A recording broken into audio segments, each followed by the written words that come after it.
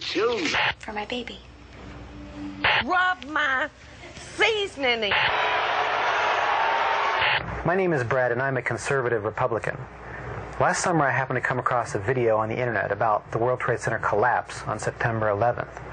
As a kind of demolition hobbyist, I downloaded it and watched it. The title was Painful Deceptions by a guy called Eric Hufschmidt. The video made me angry. I was determined to prove the maker of this video wrong.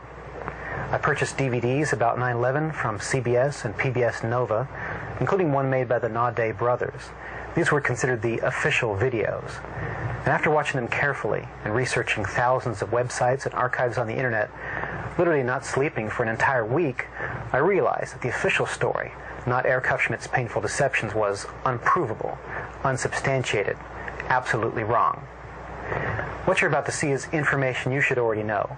Our news reporters, government, and media should have made all this material available to every one of us. Ask yourself why you've never seen it on TV. This is as close as we can get to the base of the World Trade Center. You can see the firemen assembled here, the police officers, FBI.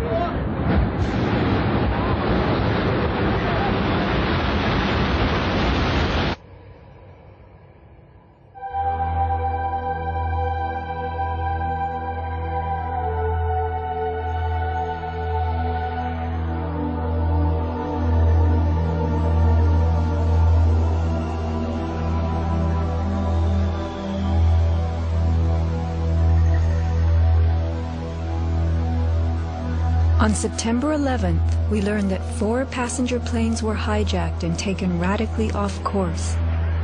Within an hour, 2 of the planes had flown into the enormous steel towers of the World Trade Center, creating fires and eventually toppling them.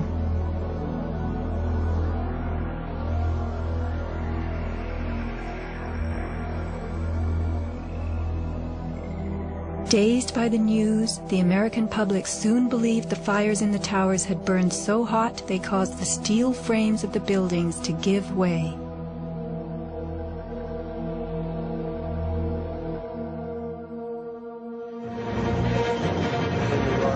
A myth developed, fed by official sources through the media to a bewildered audience. So when it was attacked again, he immediately...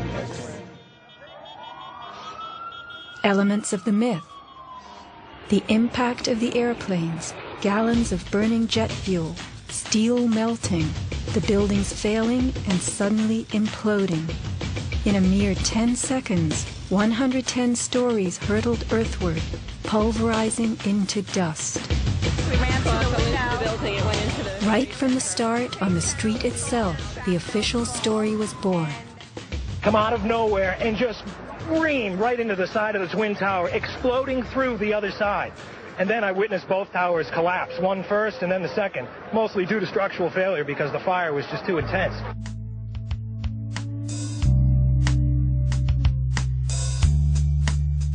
The myth bled into the FEMA report and was echoed by the experts.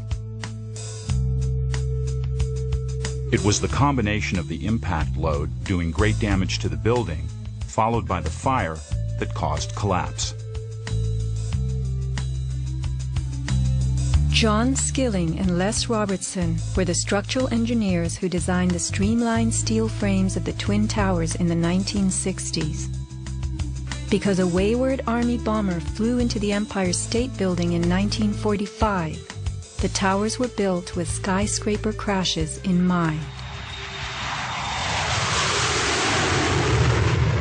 The airplane we were envisioning was the largest airplane of its time, flying slowly and low, lost in the fog. We designed the buildings to take the impact of the Boeing 707 hitting the building at any location. But the aircraft that hit the towers was a Boeing 767, heavier than a 707, fueled for a transcontinental flight, and traveling fast. 707s and 767s are comparable. The maximum takeoff weight of a fully loaded 707 is almost 334,000 pounds. As airplanes only carry the fuel load they need, the smaller Model 767s that struck the towers were not, in actuality, maximally fueled or close to their maximum takeoff weight. As for the heat of the fires, listen to the radio communications of these New York City firemen. We got tanks. I saw the pockets of fire. We should be able to knock it down with 2 lines. Where you know that? 78th floor. We got tanks. I saw the pockets of fire. We got tanks. Isolated pockets of fire. 2 water lines to knock them down. FEMA's executive summary relays that much of the fuel in the planes, jet-grade kerosene, was consumed by the initial fireballs and the following few minutes of fire. It then tells us that the burning jet fuel spread between floors and ignited the building's contents, causing more fire and generating heat. This was somehow enough to bring down the tower's 47-column steel core, 236 exterior columns, and thousands of steel trusses all at the same time. Watch the towers smoking in the aftermath of the plane strikes. If you have ever tried to light a wood fire, you will know that smoking logs tell you the fire is not burning successfully. Smoke is the sign of an oxygen-starved fire. The Twin Towers stood for over an hour, smoldering but not flaming. During that time, thousands of people were evacuated by way of the stairwells. Others, trapped by debris, stood in the smoke-filled windows and signaled for help. In fact, the towers did what they were built to do. The building was designed to have a fully loaded 707 crash into it. That was the largest plane at the time. I believe that the building probably could sustain multiple impacts of jetliners because this structure is like the mosquito netting on your screen door, this intense grid, and the jet plane is just a pencil puncturing that screen netting. It really does nothing to the screen netting. The towers were built to withstand 140-mile-an-hour gusts produced by winter storms. Anyone in them on a windy day could feel them swaying. The single impact of a jetliner was no more of a blow than the continued battering of a hurricane. I was just putting my stuff away, and all of a sudden we heard a loud crash, and the building started shaking, kind of moving like a wave. New Yorkers were stunned 1 hour later when the first tower fell.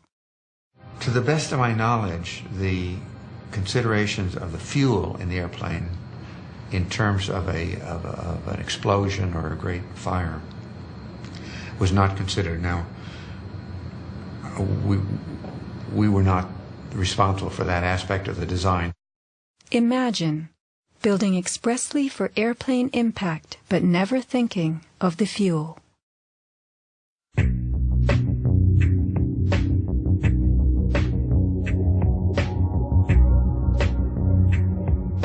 Never before in the history of the world has a steel building collapsed due to fire.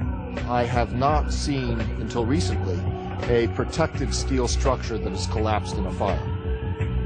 True infernos have raged hot and long in steel-framed buildings, but not one of the buildings ever came down.